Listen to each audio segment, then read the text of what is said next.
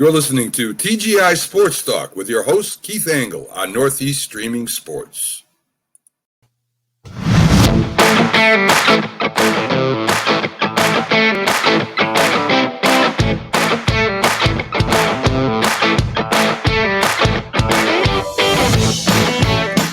Good morning, everybody. Keith Angle for TGI Sports Talk. It's January 1st, 2021. And the year 2020 is finally behind us. And I want to leave it something as we go. When we say hello to a brand new year with all kinds of possibilities, let's say goodbye to 2020. Not all I can say. Been a tough year, right, guys? I know it's been tough for some of you more than others. So 2021, let's start it out with a bright new outlook. And it's going to be a great year for all of us, I think. We just got to keep a positive attitude. With that in mind, I want to thank my guest from a couple of weeks ago. I didn't do a live show on Christmas Day, but 2 weeks ago, my guest was Todd Stottlemyre. His book, The Observer, is out today. If you want to talk to a guy or listen or read about a guy with a great attitude about life, Todd Stottlemyre is your guy. Former Major League Baseball player, took all his experiences, a lot of them through his life from a child, through, his days as a player and past those days. And really has got that down on paper to be able to share with others, and really has a great book. So I'm halfway through the book, and I plan on finishing it this weekend. So it's a great book, The Observer. You can get it on Amazon, on Kindle. I think it's on Audible, if you like Audibles, and certainly you can buy the book to have in your hand. So we'll start the new year again, thanking all the groups that allowed me to share all the baseball, the football, the basketball, both professional and college, that let me share my show and my content with them. So I want to thank them for helping make this show a success, and continue to do so. Again, if you get this in your group today, there'll be some content that applies to you. It's really a bright, beautiful day here in East Greenbush. I think the temperature is going to be in the mid 40s today. I'm not sure. Right now, it's actually a balmy 23, but it's beautiful outside. I took a little walk for a quick second. It was beautiful out. Also, I want to mention that TGI Sports Talk, as I said last week, has joined into not a partnership. I guess a partnership is a good term, with some other shows on the Northeast Streaming Sports Network. That's as you can see up in my new graphic on the right or left-hand side. I always get confused. I guess that's my left. So it might be your left. Not sure. Might be your right. It doesn't really matter. Playing around with the name a little bit. There's some other great shows that have joined there. Please go there, like the shows, follow the page, and you'll be notified of those shows as well. There'll be a lot more joining. I haven't even watched them all yet myself. I plan to. So I'm excited to join that. This network of shows, just to get more exposure and grow our followers, which you guys have actually been a big part of, or the part of. So I thank all of you as well who watch the show religiously on Fridays and Sundays, and the vlogs that I do during the week. And also watch it when it's not live, because that's important too. The views are very important. This isn't an avocation for me. I'm sorry, it's not a vocation for me. It's an avocation. So I'm having fun. I want to continue to have fun. And we welcome 2021. So my guest today is Dr. Lloyd Walton, former All-American guard with Marquette. He's now the senior career counselor with the NBA Players Association. We recorded this interview a few weeks ago because Lloyd is getting very busy with the start of the NBA season, as you might imagine, and some time difference issues as well. But Lloyd's somebody that I followed when I was a youngster, just learning about NBA, college basketball, NCAA basketball. He played at Marquette under the legendary Al McGuire. a couple tremendous years there, always in the top 10. I want to say that he didn't lose, but gosh, I had a note here. He probably didn't lose 10 games his entire college career. And they went to the finals in 75 against the 74-75 season against a tremendous NC State team. And that game is a story in itself. Al McGuire is a story in itself. Lloyd Walton's story is tremendous in itself. He's only the third NBA player ever to get his doctorate. And that's a tremendous achievement. And his story is an interesting story. And I found out during the course of this interview that he's got a book coming out soon, which we'll certainly be talking about on this show, and hopefully have Lloyd back on to talk about it. So the show is recorded, as I said. We're going to play it now for you, and then I'm going to be back at the end to wrap up the show, talk a little bit about Sunday's show and next week's show. So bear with me for a second while I get this up and running. Shouldn't take but a second unless I screw it up. Yep.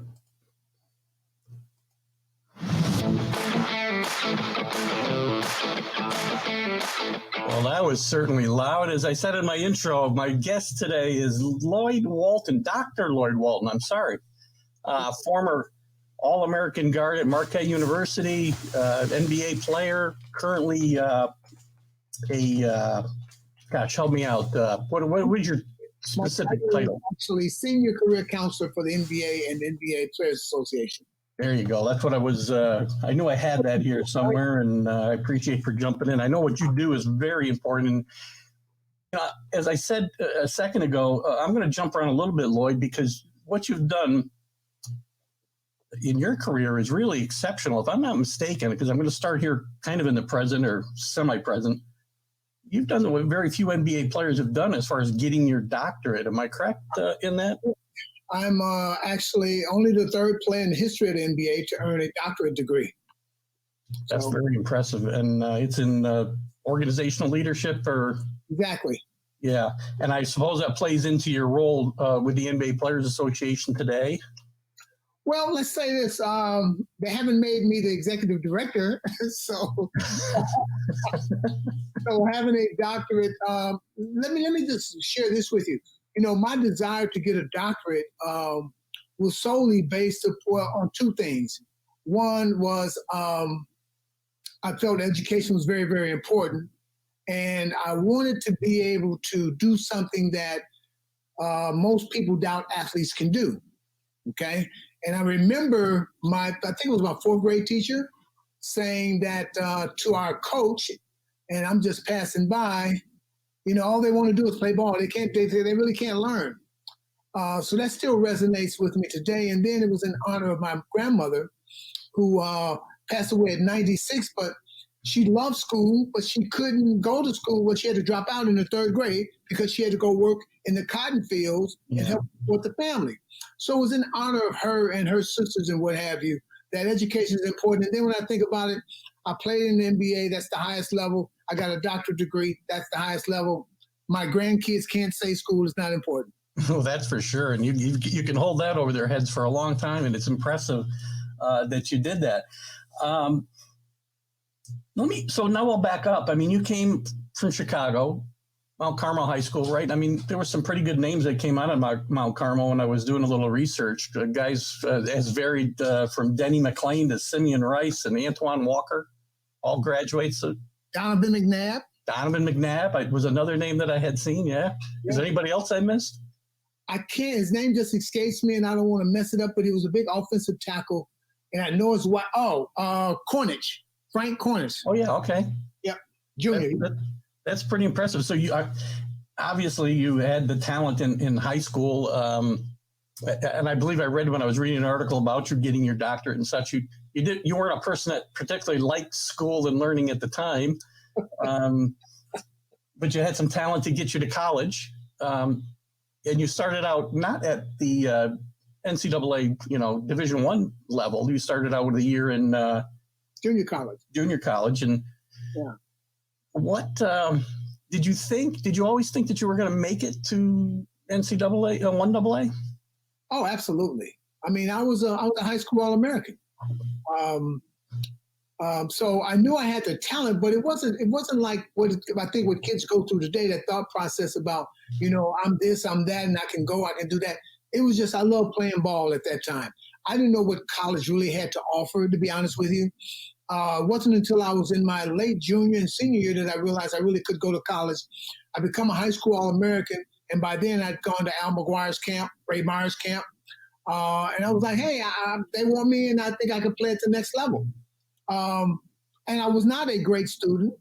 And I'll tell you a funny story. When I walked off the stage, getting my doctorate, there was my mom, obviously my wife, but my mom was standing right there, and she gives me this big hug, and she says, and just think, you hated school. I said, no, Mom, I hate it now. I didn't just hate it then, I hate it now. I just wondered why always was school so important for people to go to school. I hated it. I did what I needed to do because I was a ball player. And then obviously I came to the realization in college and actually my junior year, sophomore year, okay, what are you going to do when you leave school? You're going to have to get a job. That was my thought process. And so I began to take it a little bit more serious at that point. Well, it's impressive that it came to you that soon. I'm sure a lot of guys in your position, it didn't come to that soon. It didn't come to them until they were end of their professional career or even afterwards, right? And yeah, too late then. Yeah, and that's one of the things that we're faced with athletes today, because they come into our league so early. They're introduced to the game and all of the things that the basketball offer you, even playing AAU ball in high school, it offers you so much that you begin to believe that this is going to be my life. And that's just not the case for most guys. And so you don't take your education as important as you should. And then next thing you know, maybe you don't make it through college. This coach doesn't treat you right. At least that's what you say. You got to transfer your talent. You don't improve, right? Next thing you know, you're back at home. Or you make it to the league and you have a decent career, but you don't take advantage of the programs that we offer for you to go back to school. And when you're done, you look at 7 years I played in the NBA, and now I still don't have a degree, and my skills is feeding the post. Nobody's looking for somebody to feed the post. Yeah. Google's not looking for somebody to feed the post or shoot the three. And so you're kind of starting all over, at that point. So yeah, that's a real challenge, even today, to get young people to understand that your education is still important. Yeah, one of the articles I'd read that had quoted you similarly to what you just said about feeding the post. I think you'd said, so you average 13 and 10, but IBM's not going to ask you anything about that when you're interviewing, right? So That's true. You think Google needs somebody who's 13 and 13, right? For what, man? They want you to be creative, come up with some other technology that they can use and make billions of dollars. Right. Well, it's impressive that you're in a position now to help young men who are making lots and lots of money, a lot more than you probably thought people would be making playing basketball back in your day, and teach them some skills to hang on to that money and live a vital life outside of basketball too. That's what it comes down to, seriously, that basketball is going to end at some point. Your life after basketball, the quality of it is certainly dependent upon how you prepared before you got there. Yeah. I always tell guys when they come into the league, I got to get on another one tonight, a virtual call with our rookies, since we can't meet them in person. But, it's hard for young players to understand that they have to look forward, right? You have to think about it because it's going to come to an end, and you don't want it to hit you like a sledgehammer. Yeah. You don't say, okay, I'm playing basketball, they're paying me a lot of money. What am I going to want to do when I can't bounce that ball anymore? My career's over. Money will give you a little leeway, right? So you got a little bit of equity built up. But a lot of guys don't have that money built up like that to live the same lifestyle that is. And so you got to be prepared for that opportunity when it comes. And then when it comes, you got to say, I'm doing this, this, and this. I've met everybody over here. They know me. I've been educated in this field, and I'm transitioning pretty smooth to go to my next level. Yeah, it's good that young men need people like you to help them and down that path. So I'm so happy to see that you're doing that. And I'm also happy that it allows you to play so much golf, as I'm kidding you all the time. When I started following you on Facebook and you were graciously enough to accept me as a Facebook friend, I have to comment every time I see you on the golf course because you got this giant smile and a giant cigar, and Right. I joke with you when I comment that I'm living my life vicariously through Lloyd Walton because that's who I want to be when I grow up. Well, look, Keith, honestly, man, I wish I had taken up the game early. I remember. Do you remember Austin Carr? Oh, absolutely. So while we were in the NBA, Austin tried to get me to go play golf, to teach me how to play. And I refused to do it for whatever reason. I found so many other things that I thought was important. But I regret not picking up the game early on because I absolutely love the game. And I know you can play till you're 80 practically. Right. I absolutely love the game, but I like to get better each and every summer, right? And I am getting better, much better than I was when I started. But you know, it's a beautiful thing. I get out there, I have a stogie, I can talk a little crap with my friends. You know, that's what it's for. You know, we rarely gamble. You know, we're not like Barkley and Michael. So Right. we get out there and have a little fun every now and then, maybe buy lunch or Coke or something. That's awesome. And again, I love seeing those posts because when I see them, it puts a smile on my face all the time as I'm working and I see a post of you and whatever buddy you're playing golf with. And I'm like, oh my, this guy, I gotta find my way to Lloyd Walton's level.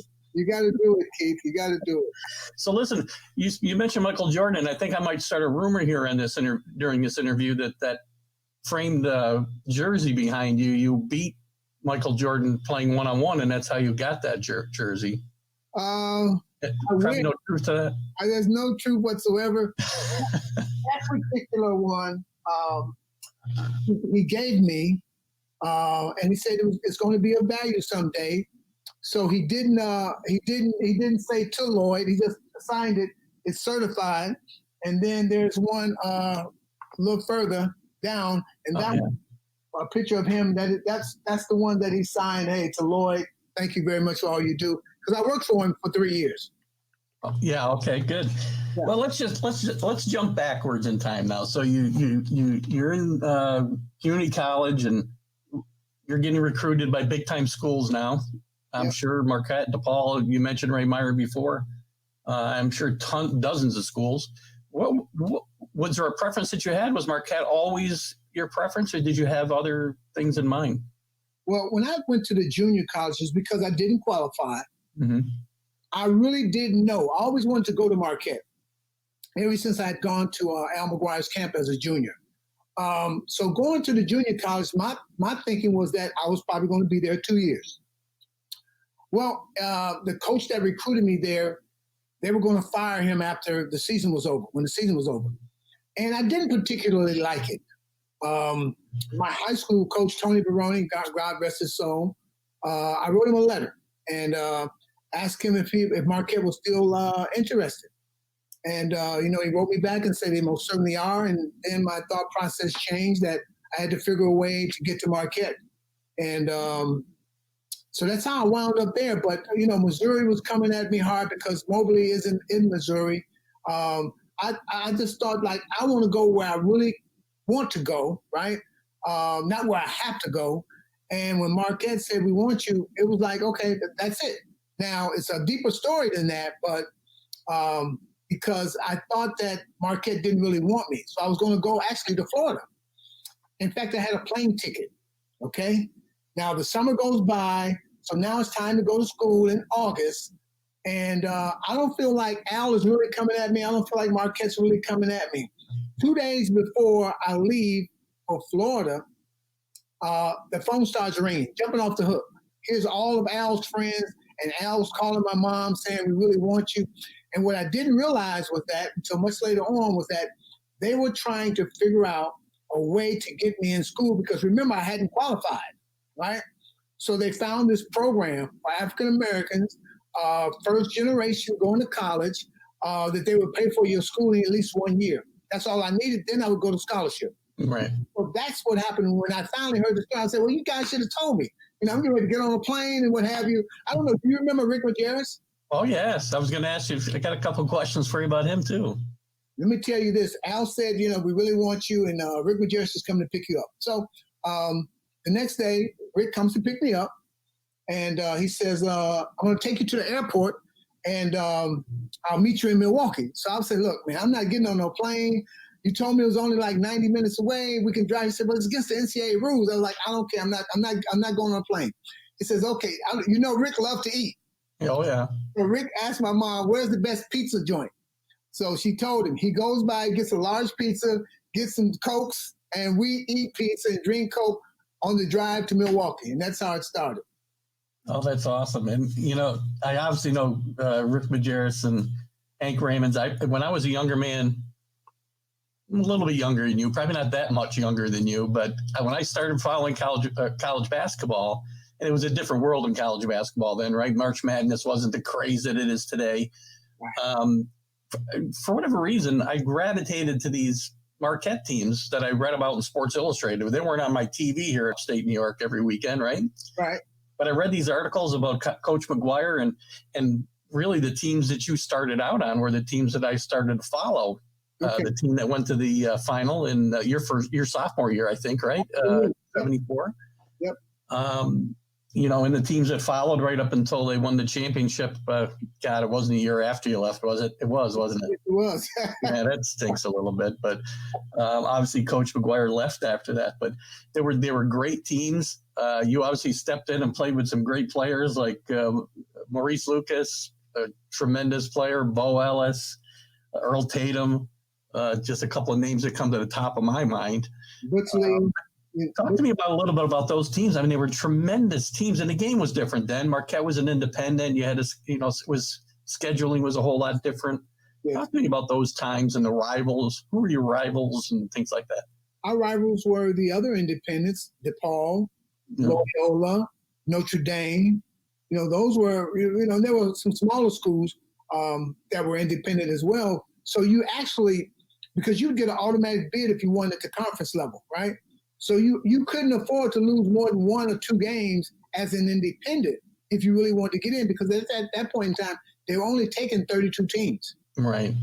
And so it was always a struggle. It wasn't a struggle because we'd always win. Seriously, we would always win. I mean, I finished there with a record of 74-11 as a 3-year starter. But that was always the challenge. And DePaul always had a good team. Notre Dame had a good team. So those were our rivals. You remember Digger Phelps and Al used to go at it all the time. Oh, yeah. Right? So, but yeah, I played with some great guys. Probably my closest and dearest friend was Maurice Lucas. And Bo Ellis and I roomed together for a year. Butch Lee and I roomed together for a year. So yeah, these were some special times for me. Yeah, great teams. And talk to me about Coach McGuire. I mean, what was your relationship like with him? He was a different kind of guy, right? I mean, Coach, obviously he had an explosive side. He was a great coach. What was it like for you in your relationship with him? So people ask me, if you could identify a coach today, who would he be? And I say he'd be half Calipari and half Mike Krzyzewski. Okay. Very disciplined. Had a lot of swag, knew how to relate to his players, truly wanted the best for his players on and off the court. And it started with him that you was going to get your degree. And that's what really actually sold my mom, that you were going to get your degree. And even there were some guys who went 4 years and didn't get their degree, but he allowed them to come back. Marquette paid for it if they had one more year and they were in good standing. So my relationship with him was, it wasn't hate, but it was difficult sometimes. We would go at it. I mean, face to face. But at the end of the day, I always had the kind of respect that I knew he had the last word, period. Yeah. And, I gave him that respect. He wanted to hear what you had to say. Him and I were much alike. And that's my greatest regret, honestly, is that Coach McGuire, Hank Raymond's, and Rick Majerus weren't here around to see what I've accomplished in life, because they were instrumental, a huge part of it. And there was nothing that I loved more than if they were here to actually see me become a doctor. Yeah, that would have been a special moment, I'm sure. And it's a shame that, again, they're all gone and at fairly young age, really, especially Rick Majerus. Yeah. Quite a shame. And your relationship with Coach McGuire, it's funny. I mean, I would guess that a lot of the players had a very similar relationship with Coach McGuire. I mean, I know Bedard Toon was a guy that I remember when I was watching those teams that he always seemed to be screaming at him. But I would think a lot of the guys had the same type of relationship. Well, I think, because everybody has a different personality. Yeah. And I think Coach and our relationship was so different because I was the coach on the floor, right? So we had to communicate probably a lot more than anybody else.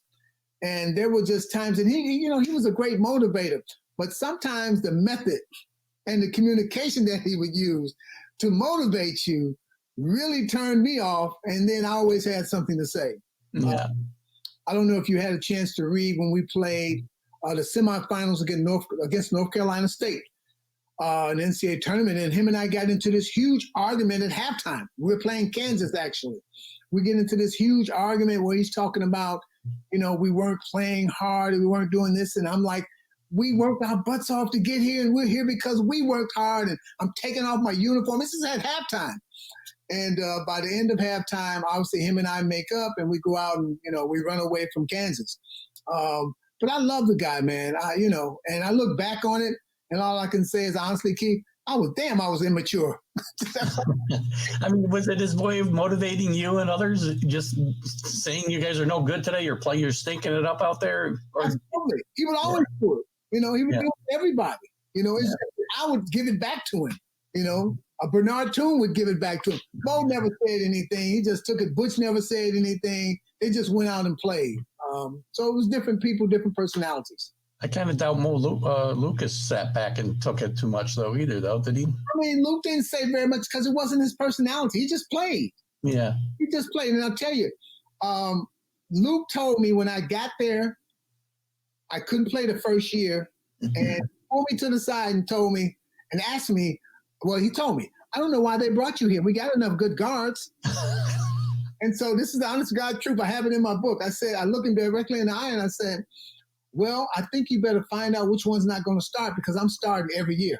And I started every year. You did. Yeah. You're an integral part of those teams for sure.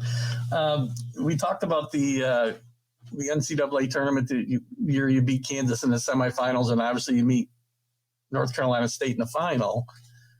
And it's a really good game. I don't know how old I was then. 16 years old. I guess I was 16 years old. So you're a little, like I said, you're a few years older than me, not a lot. Yeah.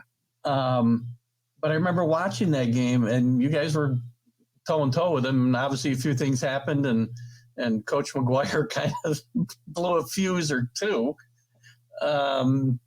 Did anybody ever say, gosh, Coach, you cost us that game? Did that ever cross anybody's mind? Or No, because he got us there. He got us there. Yeah. We would never abandon ship because of something like that. What happened was Bo, and they didn't think players were that athletic, of course, back then. And I forgot who took the shot, and Bo snatched it out the air, and they called goaltending. And Coach McGuire blew a fuse. Yeah. And I think at that point in time, and I don't know, because it took me 34 years to look at the tape. Okay, that's how long it took. But I think we went from being down 1 or 2, something like that. By the time it was over at halftime, we were down by 7 or something like that. And that sounds about right. Yeah, we never really got our footing after that. And I looked at like I said, I looked at the tape, and they were just dominating us defensively. They were up in us. We took us out of our plays and stuff like that. So they won the game. And hey man, we played better in other games. This game we just didn't play better, and I didn't have to give them credit. Yeah, they were certainly a very talented team, too. It isn't like you lost to the Little Sisters of the Poor. That was a great team. They beat UCLA, who'd won how many years in a row before that? Yeah, that's the crazy part, that when we beat Kansas, we were in the locker room. Everybody was like, hurry up, change, let's get dressed so we can go out and watch UCLA, because we believed they were going to win, and we were going to play them in the finals. Like you said, UCLA had won, 10, 11 championships at that point. So we look forward to, playing against them, and next thing you know, they get upset, and we don't know who the hell North Carolina State is. It's not like we had ESPN and all that stuff. We don't know. David Thompson guy. What, David Thompson? Tom Burleson, Monty Toe, Tim Stoddard, and they were more than a formidable foe. That's for sure. Yeah, what was it like when you because like you said, you weren't aware who these guys were. When you stepped on the floor and watched David Thompson for the first time, I mean, did your jaw drop? I mean, how do you react? Maybe not at that point because you're competitive nature, but what was the reaction? Our confidence is a huge part of individual success and team success. So we watched the film, and I remember it was Rick's game to explain, the strategy, what we're going to do, and who was going to guard David, and which was assigned to Marcus Washington. But we didn't think that we couldn't beat them. We just felt like, they had a good team. This is really us finding out about them in the film session. But I can't remember saying, oh, man, wow, we got to watch this guy. It was just like, oh, David Thompson, their best guy. Every team always had a best guy that one of us had to guard. So we're gonna do that. And Lord have mercy, was he good? And, I mean, he was good. But then you got a 7'4" center, so they just dominated us. Tim Stoddard went on to play, Major League Baseball. They were just really, really ready for us, and they played in their own backyard. Right. And you after that year, you had 2 more years at Marquette after that. Yeah. Still really good teams. I mean, you lose, I don't know, 1-2 games one year and 3 games another. What happened was the next year Luke left. Right. And so we did not feel that void, right? Even though we were a good team, we weren't a team that was probably going to win a championship because we weren't big enough. Our center was Jerry Holman, which was about 6'6" guy who couldn't jump. And so we wind up losing to Kentucky in the regional. And I'll never forget, and I was telling Kevin Greavy, who played on that team along with Rick and others, they just beat the hell out of us. They were so damn big and strong. They just dominated us. There was nothing we could do. And, honestly, I'm usually feeling really bad after a loss. I didn't feel that bad because they were just so much bigger than us, stronger than us. And so that's the reason why they went out and got some more firepower and Jerome Whitehead the next year. Yeah, and again, it's not even the next year. I think it was the next year. You did go out in the regional, or maybe it was a regional final. I don't remember, but again, against another great team in Indiana. It was a regional final, and if you remember, Keith, this is the part that I hated about it. So they put Indiana was ranked number 1 in the country, and Marquette was ranked number 2. So why would you put us in the same region? Makes no sense, right? Yeah. They should have put us in a different region than them as a number 1 seed, left Indiana in the Midwest probably as a number 1 seed, and hope that you get the number 1 and number 2 team into the championship. So they got the championship in the regional instead of in the championship, the national. Yeah, in those times though, Lloyd, weren't they more likely to keep teams in their region? Unlike, once we got into the 80s and certainly today, they move teams all over the country. Number 1, Duke could go out west, Syracuse has been out west. And at that time, weren't they keeping teams a little bit more in their region? Now, what? I'll be honest with you. I never even thought about that. I never looked at that. That may be the case. Yeah. It may be the case because I only thought about that, years later. Like, why would they put the 1 team and number 2 team in the same? Yeah. Maybe that was the reason why back then that they would keep you because maybe teams didn't travel as well. Yeah. Right? Their fans and what have you. That might have been the case. It might have been. It would have been interesting if Indiana and Marquette had met in that final instead of that Michigan team for sure. Man, I think about that all the time. Quinn Buckner and I became teammates with the Bucks, right? Yeah. So we always talked about that. He had up on me, and I remember that game like it was yesterday. And we should have won that game.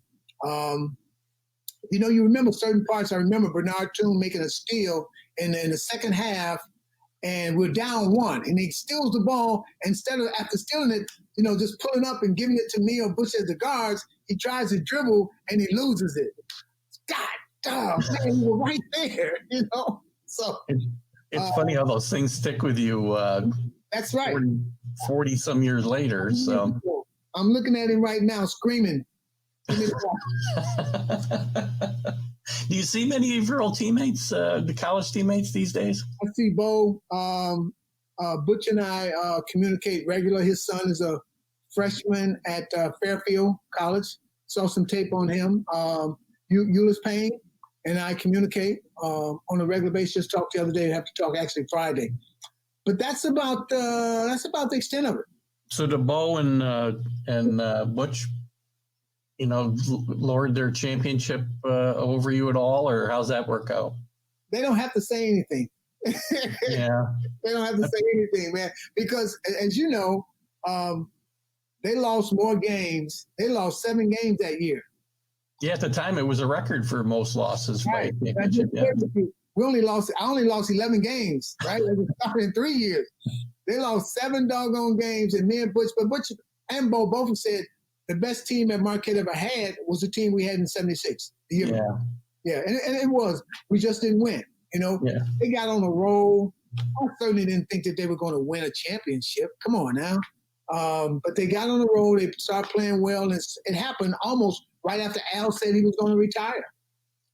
Yeah, I was going to ask you. I mean, that's one of the great stories, I think, in NCAA history, that the coach, a revered coach like Coach McGuire, announces before the tournament he's going to quit, and they go on this unbelievable roll, and they had some unbelievable games in that run. I mean, in the semifinals against Charlotte, right? Some crazy stuff was going on, right?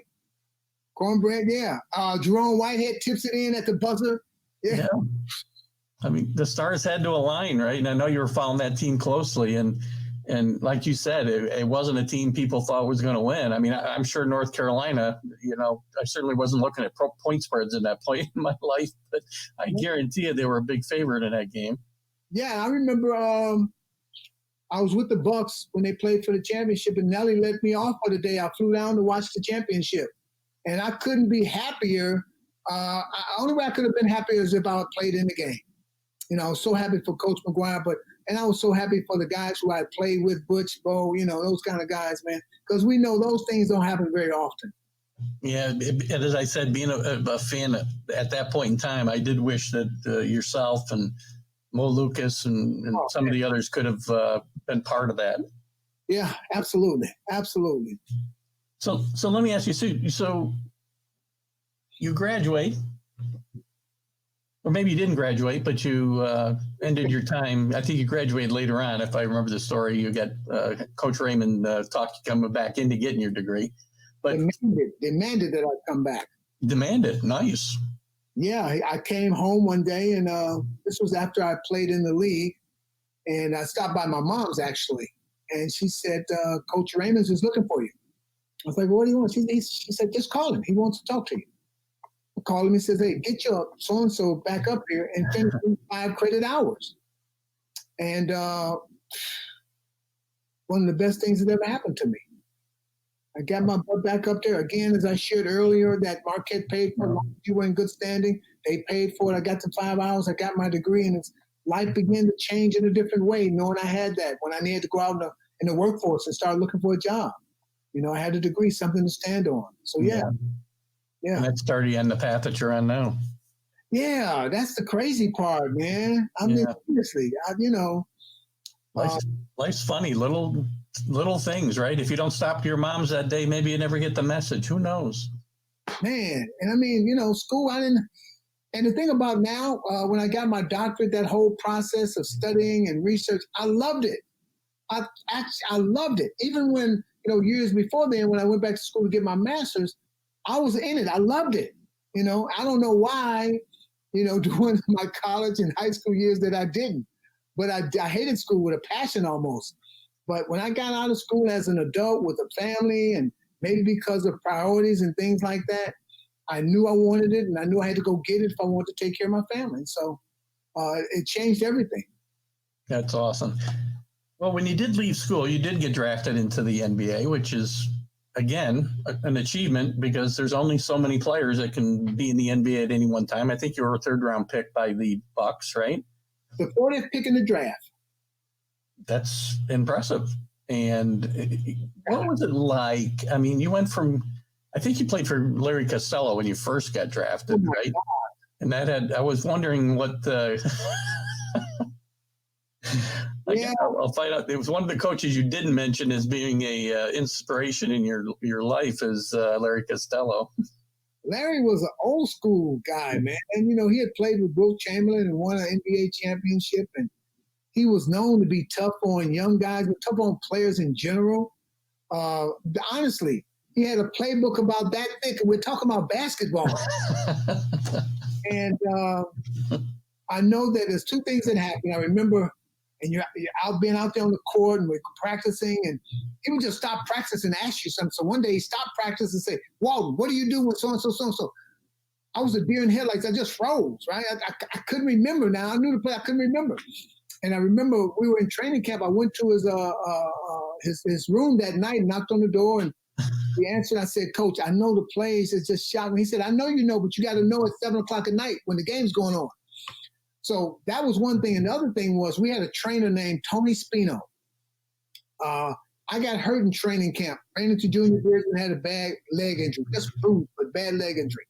And Tony Spino told me 2 years ago that every day Costello would come into the training room and ask him, well, how's Walton doing? He said, he's not ready yet. And his response was, well, get his ass ready so I can cut him. Oh, jeez.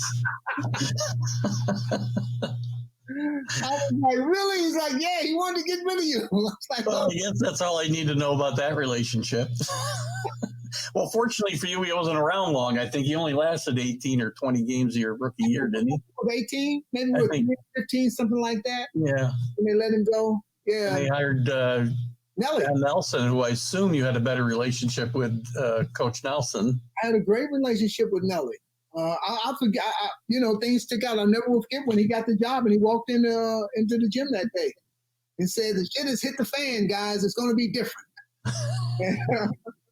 And it was different. In fact, I talked to Nelly. He talks about some things in my book. Should be out in about 60 days. What is it? What's the name of the book? The book is named First and 40. Let me just show you the copy. I got it right here. Yeah, please do.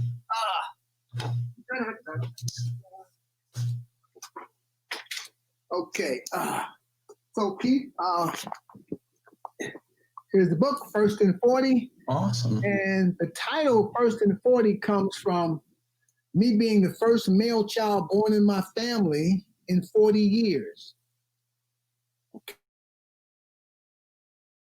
Okay. Really? There's a picture on the cover with 10 women and one male, and that was my great-grandfather, right? My great-grandfather.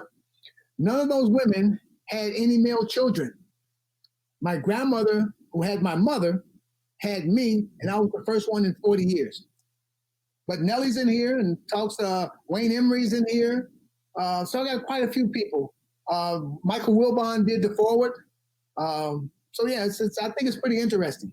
Where is it? Will be available on the Amazon, I take it? And Amazon.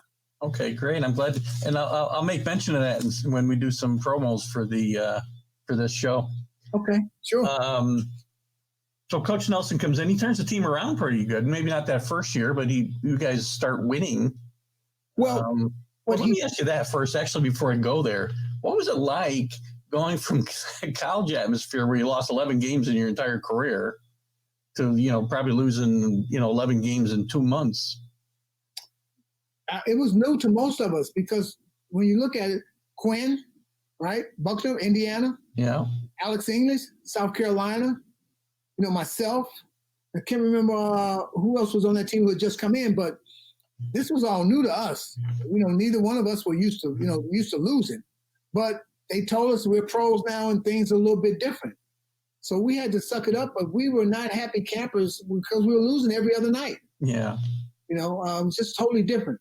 But the thing that Nelly did was change the culture immediately. And what I mean by that was that he changed the attitude that we would have, and the way we would play. He demanded that we're going to play hard. He came in after 18 games we just talked about, and he said, we're going to make teams feel coming in here for the rest of the year, whether we win the game or not.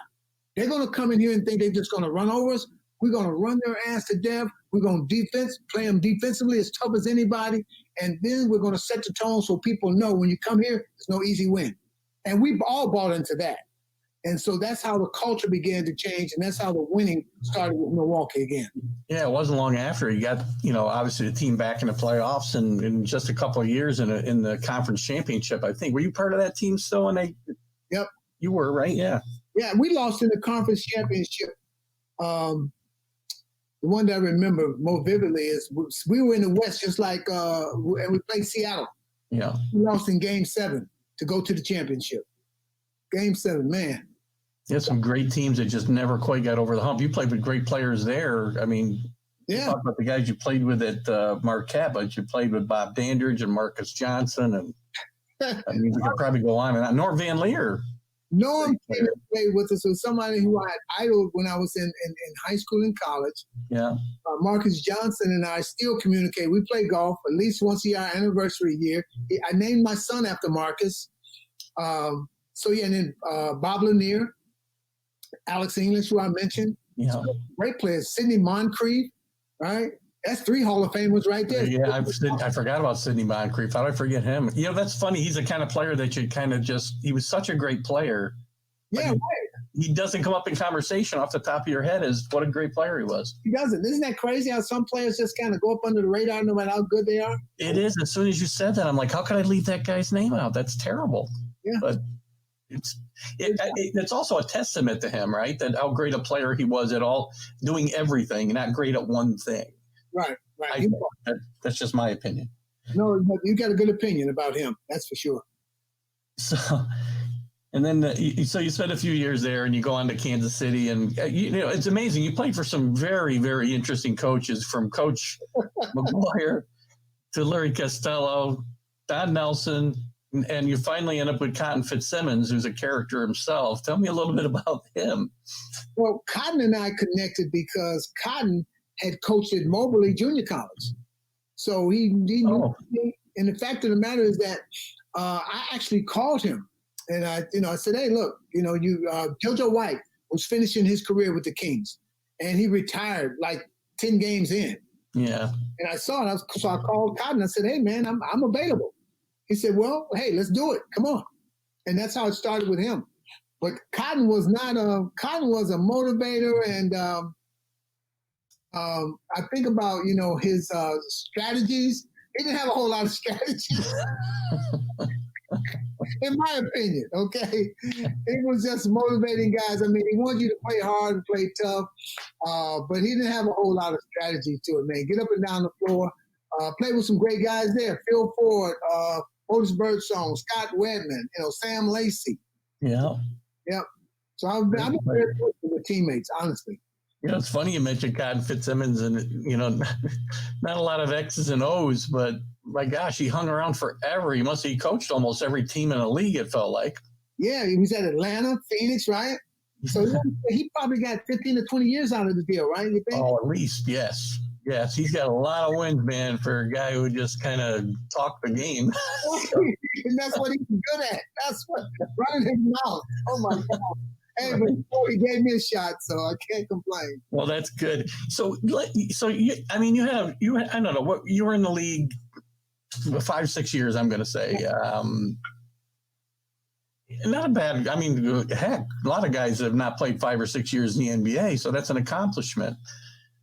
Is there anything that stands out to you that maybe kept you from being a better player, or were you the player you could have been in the NBA, or could have been more? Let me make this commitment to you.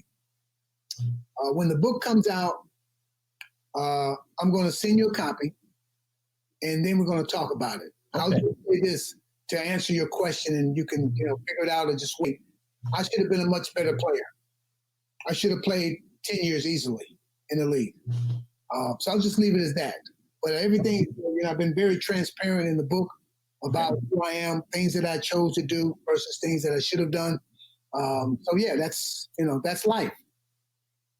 Well, we'll read it in the book then. That's fair enough. And you got to leave a little teaser for some people to read in the book, right? Yeah, absolutely. Absolutely. I'm going to promote it. We're going to promote this. It's a good thing that we did do this recorded, I think, now, because now I'll be able to kind of promote the book a little bit that I didn't know about beforehand. So that's good. Well, thank you. I appreciate it.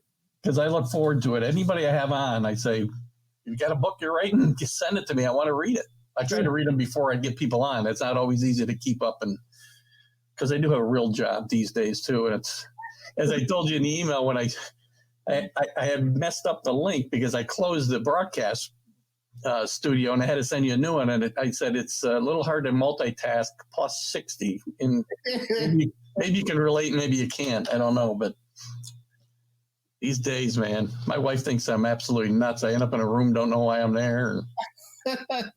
Well, you know what? I mean, I'm at the point now where I'm going to the garage and back in the house at least 2 or 3 times every day because I forget something. For no apparent reason. Now, that only happens every now and then when I wonder, like, why did I come back in here, right? Yeah, she gets on me because I'm constantly starting projects. Like when it's nice in the summertime, I'm working around the house. I'll start like 5 different projects and I don't finish any of them because I just get distracted by something else. It's not that I don't want to finish it. I'm not a procrastinator. I just go around the corner and I go, oh, wait, I wanted to do this too. So I've got 5 things going at once and I don't finish any of them. It's terrible. It's terrible. So let me ask you. So actually, I can't wait to read, about the NBA career further. And who knows, maybe we'll have you back on. There might be more stories we can dive into once we've got the book to talk about and dive into that. I think you can determine that, and I think you will, because there's some good ones. Yeah, good. So your career ends. You start, I believe, you start doing some coaching then. You did some assistant coaching for Coach Majerus. And you had some other positions, scouting for the Knicks. Did you have aspirations to coach as a career, or was it just? And I did. I did with Coach Majerus, which was good. I just couldn't make any money at that time. And I had a baby and I had one on the way, and so I had to make more money. So I came back to Chicago and got a real job. Years later, I took a job as an assistant coach in back then the Continental League, and I thought I would be able to, kind of maybe get a job at the NBA level within a couple years. But it folded in my first year. I was with the Lacrosse Bobcats in Lacrosse, Wisconsin. That's back when Isaiah Thomas owned the the league. Mm-hmm. So, 30 games in, something like that, they give us a call and said, hey, the league is folding. We're done. And after that, I was like, okay, I'm not going to do this. This is a young man's deal. I'm not going to run around looking for a job and all that. I'm going to settle in and get a real job, something that I like to do. And that's what I did. It's funny, isn't it, the Continental, that it kind of developed into the CBA that, some great coaches came out of the CBA, like Phil Jackson and, George Karl. Name from North Carolina. George Karl. George Karl, thank you. Yeah. They both coached here in Albany. Yeah. Had great teams. That's the structure, the initial structure that went to becoming the G League, then the D League and what have you. But yeah. Right. A good league, and you're right. Some of the coaches and some of the players got their start there. Yeah. And advanced to the NBA. Yeah. Mario Ellie's one guy that sticks in my mind, who played here in Albany and played on some championship teams in Houston. So he certainly did. There's a lot of guys. It's funny. In the NBA, probably more than any of the other professional leagues, just because of the size of the rosters. There's got to be so many great players that slip through the cracks, for whatever reason. Yeah, certainly back then it was. Now, we're talking about 15 players now, being able to sign 2-way contracts, right? Which means you can go play with the affiliate and come back and play with the team in the NBA. The opportunity is there now. Just so much better now for them than it's ever been. The salaries, the travel, the whole nine is so much better for them now. If you don't make it now, you just don't make it. Yeah. You can't blame a whole lot on coaches and environment and all that. There's so many opportunities to play, man. So, if you got the talent, you're probably going to make it at some point. Do you have any regrets that you came along too soon? Only when I know how much a guy has made. That's what I mean, yeah. I mean, even in a 5 or 6 year career, you would have made a whole lot of money if you came out today. Look, I'd be a role player, making $7-8 million a year, right? You put 4 or 5 years on that, and you're good. Then you wouldn't be on my show though either. So you gotta weigh the good and the bad, Lloyd. Yeah. You get this guy who wants to live vicariously through your golf game, or millions of dollars. Man, yeah. Things evolve, I know it's not that tough a choice. Life is, man. I always say life is, man. You just never know. No, I got, going back to the story you told about Hank Raymond's calling your mom, and if you hadn't stopped your mom's, I have this theory that we're always where we're supposed to be at that very moment in life for things to happen, and, We are. We truly are. I'm reading this book now by a guy named Jay Shetty, Shetty. And the title of it is, excuse me, Think Like a Monk. He's a young guy, but he became a monk for 5 years. Mm-hmm. But there's one story he tells about. I don't want to bore you with the story, but the bottom line was that this guy. I think you're boring me with any story. Go ahead. This guy understood that whatever happens is supposed to happen, what you just said. So he was talking about how his son, the guy's son, was called to go to war, and the day before he was called to go to war, the cow kicked him and broke his leg. And his brother said, "Oh, what a shame! Your son broke his leg." He said, "No, it's just the way it's supposed to be because he's not going to the service, right?" And then it just goes on. It's like 4 or 5 different things happen, and they all turned out initially like it was something bad, and at the end, it was something that worked out in his favor. And I've had this. I'm really cognizant of this now, and I think about things that happen. I'm saying like, okay, this is the way it's supposed to be for a reason. Don't fight it. Live it, deal with it, and it's going to work out. But you're so true, man. Everything turns out the way it's supposed to. You can't fight these things. If you fight it, then things become unaligned with you. Yeah. Yeah. I mean, that's a great message for the kids you deal with, I'm sure, today. Whether it resonates with them at that age, I don't know. Sometimes you got to get to our age to understand everything that happened back then. Now I understand it.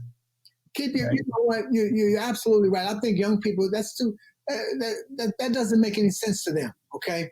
I think about this. I'll tell you what, as you know, Marquette, what we did, we had a very deliberate offense. We walked the ball up the floor, and people don't really understand how deliberate it was, but it was this deliberate. The only way we could run on a fast break is if we stole the ball. If we got the rebound, there's nobody down court, we couldn't run. We had to walk it down court. Mm-hmm. So Al McGuire was able to convince guys like me from the inner city, right, these thoroughbreds up and down, to come play for him. And I think about this, what kind of player would I have been if I'd gone to a school that went up and down where I was able to show my talent, right? But I also think about, look at my life now. It's not so bad. Doesn't mean I would have had a better life just because we did that. Okay, I got a great wife, she's a doctor, has her doctorate, much smarter than me, They always are, Lloyd. I got a great gig for the most part. I got my health and all that, my grandkids, all that stuff. So things happen the way they were supposed to happen. Could have went to North Carolina or something and run them down the floor and became a good player and not made it in the NBA for whatever reason. Yeah, or you could have become a huge star and you wouldn't be in the position where you're helping out young guys today and helping them to keep their lives straight and, prepare for life after the game. Yeah, because I am passionate about this part. I really am. Because that's an important thing. As great as it is, Magic Johnson is Magic Johnson and Larry Bird is Larry Bird. The Lloyd Waltons of the world are important in today's society because of the money that these guys are making and the life choices we don't want them to make, and you can help, guide them in the right direction. I think that's as important as Larry Bird and Magic Johnson and what they provided to the game. I mean, absolutely. There's a place for everybody, and there's so many people we need. There's a void everywhere where somebody can help others, and that's my bottom line. How do I help others? Because as I shared before, there's nothing I accomplished in my life that people didn't help me.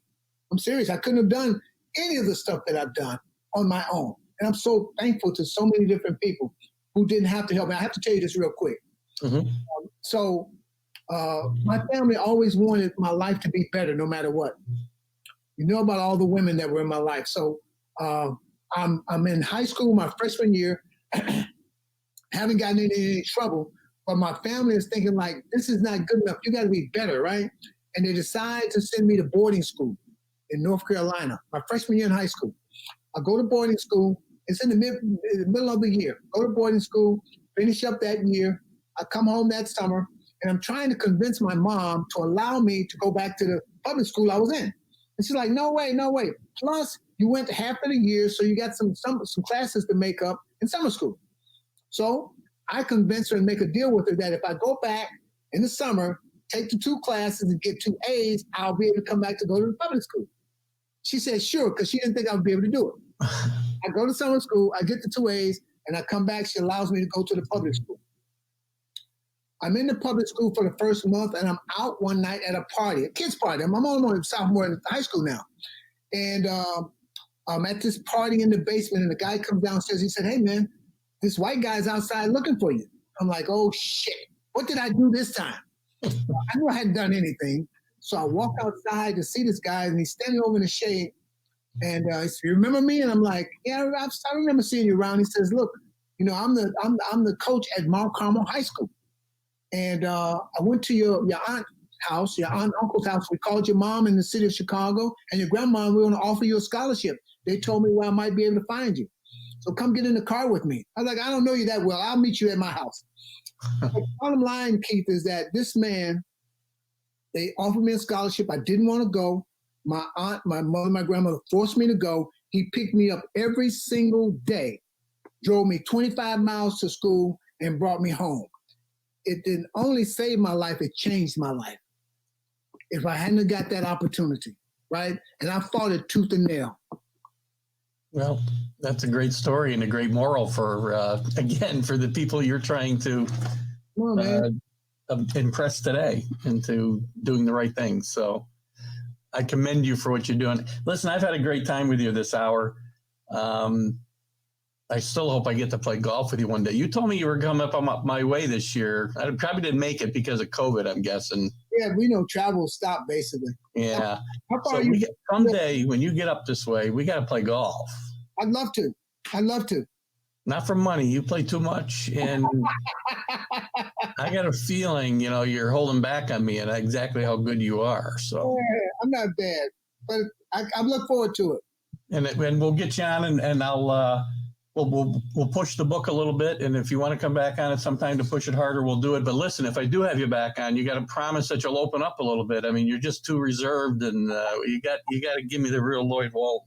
Hey, man, You've been a great guest. I'm so happy you came on with me today, and I wish you well in the upcoming NBA season. And I know it's going to be a bit of a challenge. And you know, you're traveling. Yeah, I'm sure you've got to travel around a bit in your position. So be safe. Thank you. And I wish you well in that endeavor and going forward. Thank you so much, Keith. Thank you for having me. Stay safe and healthy. All right. Excellent. Thank you so much for being on today. My guest has been Lloyd Walton, former All-American at Marquette. He's now the senior counselor for the NBA Players Association. I don't know why I had trouble with that. I got it right on the screen here. I don't know why I had trouble with that before. 60 plus, Lloyd. Thanks again. Have a great night. All right. You too. Bye-bye. Stick around. Oh, you left. All right, guys. Keith Engel back. My guest today was Dr. Lloyd Walton. Put up a little banner here. What a great interview. Lloyd's a great guy. I mean, as you noticed or heard from my comments, I follow his exploits on Facebook. Then there's a lot of golf posted in the summertime, and he's just a happy guy playing golf, smiling, big smile, big cigar. I think he wants to take my money, though, so I got to be careful. Lloyd, listen, Lloyd played on some great Marquette teams, as I said earlier. I think 76-11. I couldn't come up with the record that they had that 3 years he was there. 3 trips to the NCAA's, great teams. Those teams could have made the Final Four every year, but they ran into some good Kentucky teams, an undefeated Indiana team. And then they finally made it to the Final Four in his last year. And I think, as we discussed in the interview, they actually won it the year after Lloyd was gone. And he played with some great players: Mo Lucas, Bo Ellis, Earl Tatum, Butch Lee, Jerome Whitehead, Bernard Toon, and you're playing for some of the greatest coaches in the history of the game, and Al McGuire, Rick Majerus, even Hank Raymond's had a good run in his short time as the head coach of Marquette. And then he plays for Don Nelson in the NBA. So, and he's doing some great things now with the players as a senior career counselor. And apparently he has his sights set on the president of the Player Association. Who knows what will happen in Dr. Walton's future? But he was a great interview. I enjoy following his exploits. He's a proud man, and he should be. He's made a great impact in his life. And I think he'll continue to do so. And I do hope he gets up here so we can play some golf. And when his book comes out, I'll certainly let you know about it. And we'll talk more about, maybe we'll have Lloyd back on, as I said, to talk about it. So listen, we got our show Sunday. Don't forget our show Sunday. We'll be on 9 a.m. Eastern time. We'll probably recap the bowl games, definitely the semifinals. Again, I've got some interest in some of the bowl games, but most of them I've had very little interest in unless I have a monetary interest, I guess. But we'll talk about the semifinals for sure. We'll certainly talk about the last week of the NFL season, some playoff ramifications of the games. A lot of strange stuff going on impacting not strange stuff. It's common. It's normal everyday stuff now with COVID. Steelers are the Browns, I think, are going to be shorthanded against the Steelers. But Ben Roethlisberger's not playing for the Steelers. Very interesting. It's going to be a very interesting weekend in football. So our pick should be easy to make this week. Also, next Friday, January 8th, 8 a.m. Eastern time, I've got Hal McCoy. Hal McCoy is covered Cincinnati Reds baseball from the Big Red Machine through Lou Piniella's championship team in 1990, the Marge Schott era.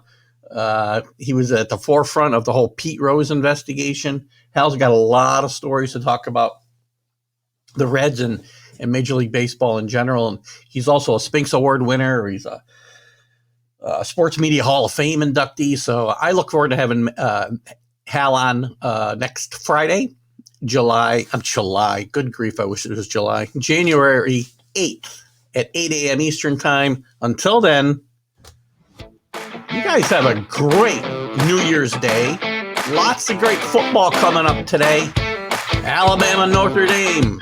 I'm picking Notre Dame to at least cover the spread. I think they're going to give them a little game when people don't expect it. And then Clemson and Ohio State, the semifinals tonight. There's also some other good games to watch during the day. Whatever you do, enjoy it with your family. We'll see you next week. I'll see you Sunday, actually, with my show at 9 o'clock. I'll see you with an interview next week with Hal McCoy at 8 a.m. Eastern time on the 8th. And join us. Watch the shows. Go to Northeast Streaming Sports Network. Just put in Northeast Streaming Sports on Facebook. Go to the page. Watch some of the other shows. Follow the page. We're going to have some fun with it. It's going to grow. It's going to grow this show. And we're going to have some fun. So I thank all of you. Have a great new year. We're off to a big start. Bye-bye. Keith Engel, DGI Sports Talk. Bye.